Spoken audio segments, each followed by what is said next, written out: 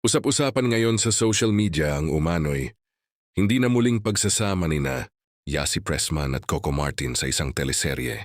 Dahil dito, muling nabuhay ang iba't ibang espekulasyon ng mga netizens tungkol sa naging samahan ng dalawa noong magkasama pa sila sa isang hit na proyekto. Ayon sa ilang source at mga lumang ulat sa showbiz tila markado, umano ang aktres matapos siyang maiugnay noon kay Coco Martin dahil sa mga tsismis na kumalat tungkol sa kanilang pagiging malapit habang magkasama sa trabaho. Gayunman, kapwa itinanggi ni Yasi ang mga isyong nag-uugnay sa kanila. Sinabi noon na wala siyang dapat ikagilty. Dahil sa mga pangyayaring iyon, may ilang netizens ang naniniwalang maaring nakaapekto ito sa posibilidad na muli silang magsama sa isang proyekto.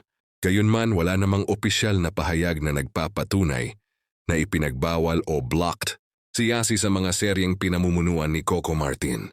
Sa kabila ng mga haka-haka, nananatiling bahagi ng matagumpay na kasaysayan ng telebisyon ang tambalan nina Coco at Yasi sa FPJ sang probinsyano. Marami pa ring tagahanga ang umaasang muli silang magkakaroon ng pagkakataong magsama sa isang proyekto sa hinaharap. Sa ngayon, nananatili lamang na espekulasyon ng mga kumakalat na usapin tungkol sa umano'y pagiging markado ni Yasi Pressman. Hanggat walang opisyal na pahayag mula kina Coco Martin, Yasi Pressman o sa kanilang mga kampo, walang kumpirmasyon na hindi na sila maaaring magsama sa isang teleserye